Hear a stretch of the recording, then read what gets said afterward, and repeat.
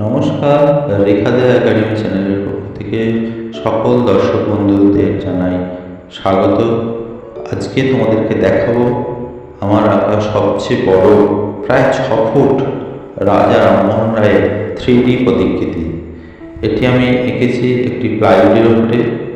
তোমাদের কাছে অনুরোধ রইল, তোমরা অবশ্যই ভিডিওটি না টেনে শুরু থেকে শেষ পর্যন্ত দেখবে।